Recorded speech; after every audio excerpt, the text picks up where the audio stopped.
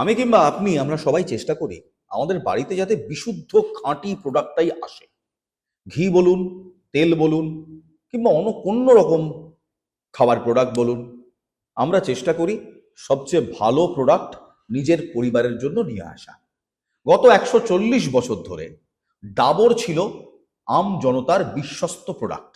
100% বিশুদ্ধ, 100% খাঁটি, 100% প্রাকৃতিক।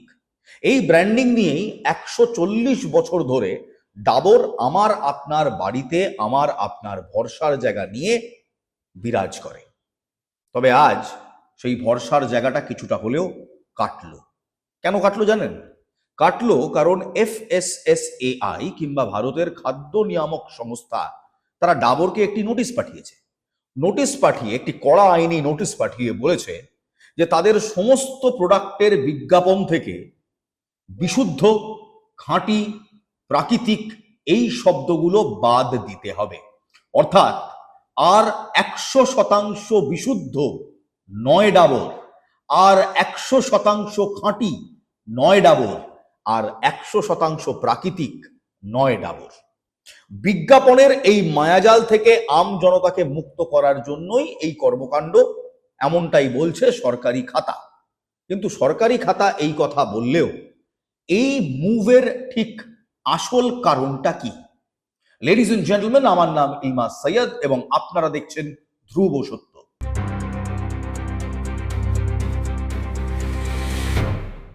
আজকের ধ্রুব সত্য, 100% খাঁটি বললেই 100% খাঁটি হওয়া যায় না। যেমন 100% খাঁটি বলে নিজেদেরকে দাবি করা নেতারা 100% খাঁটি হন না, তেমন 100% খাঁটি বলা তেল, নুন, মধু এখন থেকে আর 100% খাঁটি নয়। ঠিক কি বলেছে FSSAI, ভারতের খাদ্য নিয়ামক সংস্থা? কোন রুল জারি করেছে? কেন 140 বছর পুরনো ডাবর ফাঁপড়ে পড়লো বলুন তো?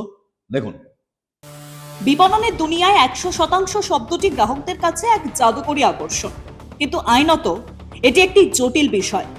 FSSAI এর মতে 100% বিশুদ্ধ বা 100% প্রাকৃতিক গ্যারান্টি এমন একটি চরম পর্যায়ে শ্রেষ্ঠত্ব দাবি করে যা প্রমাণ করা প্রায় অসম্ভব। 2018 সালের food safety and standards regulation অনুযায়ী এই ধরনের দাবি বিভ্রান্তিকর হিসেবে গণ্য হয়। আসলে 2025 সালের মে মাসে FSSAI একটি নির্দেশিকা জারি করে জানিয়েছিল যে খাদ্য আইনের অধীনে 100% শব্দটির কোনো সুনির্দিষ্ট সংজ্ঞাই নেই। ফলে ডাবর যখন তাদের পণ্যে এই শব্দ ব্যবহার করে তখন তারা কার্যত একটি আইনি অনিশ্চয়তার পথে হাঁটে। নিয়ন্ত্রক সংস্থা মনে করে এর মাধ্যমে ডাবর তাদের পণ্যের শ্রেষ্ঠত্ব সম্পর্কে গ্রাহকদের মনে একটি মিথ্যা ধারণা তৈরি করার চেষ্টা করছিল।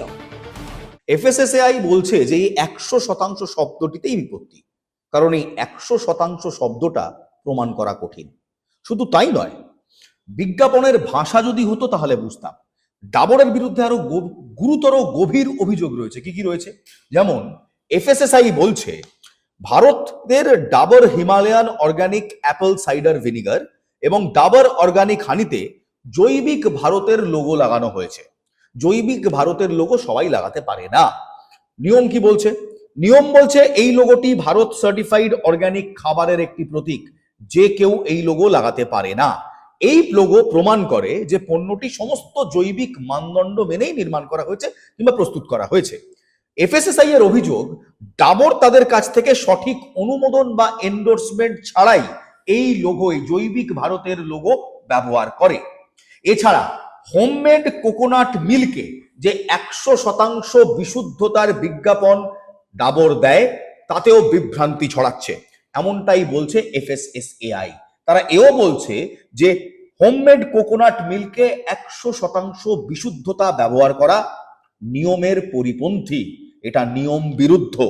সবচেয়ে বড় বিষয়, এই গোটা কন্ট্রোভার্সির সবচেয়ে বড় বিষয় হলো নিয়ন্ত্রক সংস্থা এর আগে ডাবরকে একাধিকবার বলেছিল এই লোগোগুলো ব্যবহার করবেন না, এই 100% শব্দ বন্ধনীটি ব্যবহার করবেন না।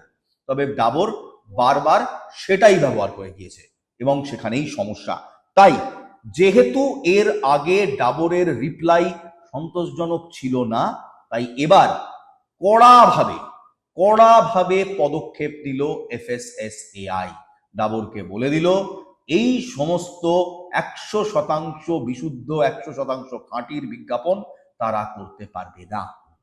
কি কি টাইমলাইন দেওয়া হলো ডাবরকে, কিভাবে কখন এফএসএসএআই ডাবরকে এর আগে সতর্কবার্তা দিয়েছিল, বর্তমানে তাদের পরিস্থিতি কি দেখে নিন।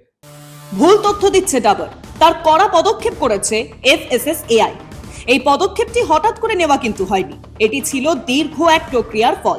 মে 2025 এফএসএসএআই সমস্ত খাদ্য প্রস্তুতকারক সংস্থাকে সতর্ক করে যে প্যাকেজিং এ 100% বিশুদ্ধ দাবি করা বন্ধ করতে হবে। 2025-এর শেষ ভাগে নিয়ন্ত্রক সংস্থা সিপজার এবং হেরিটেজের মতো ব্র্যান্ডগুলোকেও একই ধরনের বিভ্রান্তিকর দাবির জন্য নোটিশ পাঠানো হয়।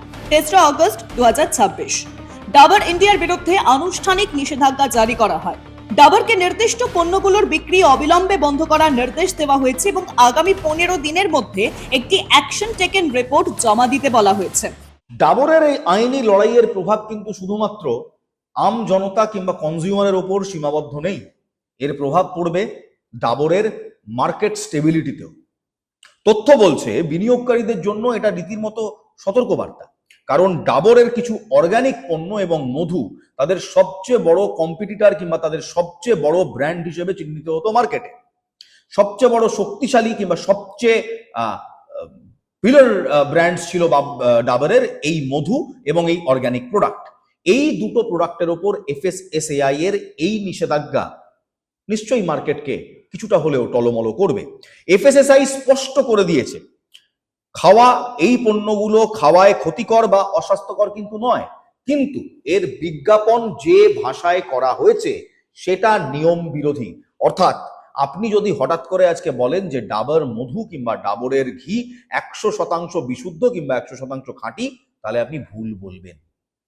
কোথাও কিন্তু এটা আম জনতার ভরসার জায়গায় কিছুটা হলেও নাড়া দিয়ে যায়। আপনি 140 বছর ধরে যে ব্র্যান্ডকে বিশুদ্ধতার মানদণ্ড হিসেবে দেখেছেন, খাঁটি প্রোডাক্টের মানদণ্ড হিসেবে দেখেছেন, আজ হঠাৎ করে যখন ভারতের খাদ্য নিয়ামক সংস্থা বলে যে সেই ব্র্যান্ড 100% খাঁটি নয়, সেই ব্র্যান্ডের প্রোডাক্ট 100% বিশুদ্ধ নয়, তখন আপনার মনেও একটা প্রভাব পড়ে। আপনি কি এরপর বাজারে গিয়ে ডাবরের মধুটা কিংবা ডাবরের ঘিটা কিনবেন? এই নিষেধাজ্ঞা কিন্তু কোনো রকম গুণগত মানের ওপর দেওয়া হয়নি, একেবারে বিজ্ঞাপনী জায়গা থেকে দেওয়া হয়েছে। ডাবরের মধু কিংবা ডাবরের ঘি কতটা গুণগত মানে উন্নত কিংবা অবনত তা আমরা জানি না। আমরা যেটা জানি তা হলো যে বিজ্ঞাপন ডাবর ব্যবহার করে সেই বিজ্ঞাপন নিয়ম সম্মত নয়। আপনি হঠাৎ করে বাজারে 100% খাঁটি কিংবা 100% বিশুদ্ধ বলতে পারেন না। এখানেই আসছে আর একটা বড় প্রশ্ন, যদি আপনি নাই জানেন যে ব্র্যান্ডটি আপনি কিনছেন সেটা খাঁটি কি খাঁটি নয়, তাহলে আপনি বাজারে গিয়ে করবেনটা কি? আপনি বাজার থেকে কোন ব্র্যান্ড কিনে আসবেন? চারদিকে এখন ভেজালের ছড়াছড়ি, ডিমে ভেজাল, দুধে ভেজাল, পনিরে ভেজাল, সবেতেই ভেজাল। এতদিন ধরে 140 বছর ধরে যে ব্র্যান্ডকে আপনি খাঁটি কিংবা বিশুদ্ধতার মানদণ্ড হিসেবে চিহ্নিত করেছেন, সেই ব্র্যান্ড যদি হঠাৎ রাতারাতি খাঁটি না হয় কিংবা বিশুদ্ধ না হয়, তাহলে আপনি বাজারে গিয়ে কোন কোন সাবধানতা অবলম্বন করতে পারেন দেখুন। চারদিকে ভেজাল, বড় কোম্পানিতেও ভেজালের কোপ। সাধারণ মানুষ হিসেবে আমরা কি করব? যখন 100% মানে আর 100% নয়, তখন আমাদের কেনাকাটার অভ্যেসে কিছু পরিবর্তন আনা দরকার। 1. জৈবিক ভারত লোগো যাচাই করুন। শুধুমাত্র লোগো দেখলেই হবে না, সেটি এফএসএসএআই অনুমোদিত কিনা তা যাচাই করা প্রয়োজন। 2. চরম শব্দ থেকে সাবধান। সেরা, বিশুদ্ধতম বা 100% প্রাকৃতিক এই শব্দগুলো বিজ্ঞাপনের জন্য ব্যবহৃত হয়, বৈজ্ঞানিক তথ্যের জন্য নয়। 3. প্যাকেটের পিছনের দিকে নজর দিন। বিপণন থাকে সামনের দিকে, কিন্তু আসল তথ্য বা উপাদানের তালিকা থাকে প্যাকেটের পিছনে। 4. নতুন নিয়ম সম্পর্কে জানুন। এফএসএসএআই বর্তমানে জিরো ময়দা বা হেলদির মতো দাবির ওপরেও কড়া নজর রাখছে। দেখুন, ডাবরের বিরুদ্ধে এই পদক্ষেপ কিন্তু কনজিউমার রাইটস বা আমার আপনার অধিকারের জন্য একটা বড় মাইলফলক। এই নিয়মাবলী কিংবা এই পদক্ষেপ কোথাও এটা গিয়ে সুনিশ্চিত করছে যে বড় বড় ব্র্যান্ড যা ইচ্ছা তাই লিখে তাদের প্রোডাক্ট আমাকে আপনাকে গুছিয়ে দিতে আর পারবে না। শুধু তাই নয়, এফএসএসএআই এর এই নির্দেশিকা কিংবা এই নিয়ন্ত্রণ কোথাও এটা সরাসরি প্রমাণ করলো যে বড় ব্র্যান্ড হলেই যা ইচ্ছে তাই বলে পার পাওয়া যায় না। শুধু এইগুলো নয়, আরো কিছু ব্র্যান্ড রয়েছে, আরো কিছু ওয়ার্ডিং রয়েছে যা নিয়ে এই মুহূর্তে এফএসএসএআই কড়া পদক্ষেপ নিচ্ছে। যেমন দেখবেন অনেক ব্র্যান্ডে লেখা থাকে জিরো ময়দা, অনেক ব্র্যান্ড বলে হেলদি। কিভাবে? আপনি তো জানেন না অমুক প্রোডাক্টটা খেলে আপনার হেলথের বেনিফিট কি হবে। যারা জিরো ময়দা বলে চালাচ্ছে তাতে সত্যি ময়দা আছে কি নেই সেটা প্রমাণ করারও কোনো জায়গা নেই, কোনো রকম পদ্ধতি নেই।